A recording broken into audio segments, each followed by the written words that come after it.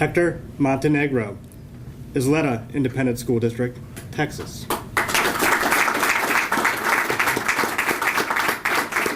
But most importantly, I think that in order for us to keep pace with the current trend in the change in economics and the global economy overall, that we do need to focus on developing and training our faculty and staff to prepare our children for a future that does not yet exist. And that includes having a well-rounded, integrated instructional program that students can relate to and infuse it with technology resources that are more current and usable in the classroom. And I think it's critical that the superintendent is aware of the current trends in technology, not only within education but the industry-wide. And so I'm very fortunate to have two teenagers that keep me apprised of all the latest in music resources, iTunes and iPods. We distributed 3,000 laptops to all of our teachers and librarians. And what we did was to develop a bundle of resources that they could access in order for them to utilize in the classroom.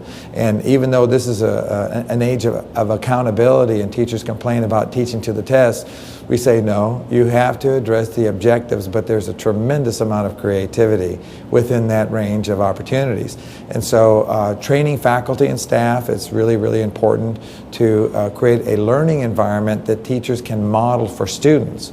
We're always very concerned that students are outpacing the teachers and they know more than the teachers. Well, we just need to catch them up and make sure that they, in a sense, lead the way and model what our children are expected to learn. Being aware of the current resources and technology is so critical that I think we need to model the vision that we have for our teachers, and we also need to manage our finances and set priorities in order to have an infrastructure within the school, in order to purchase hardware that students can use. We emphasize a lot on the mobile wireless systems so that they're able to be utilized anywhere within a building. And we're also moving towards one-to-one computing for all of our students and faculty.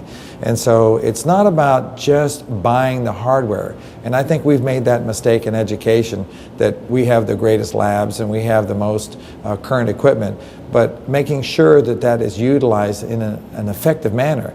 And superintendents need to understand that it's not just about buying the equipment or developing infrastructure, but they really do need to be critical thinkers in the standards in which they buy software, the standards in which they buy hardware. It's not about getting good deals that don't have service contracts or are not compatible with the rest of the system, but it's about setting standards for all faculty and staff and students and expectations, what they will know in the area of technology.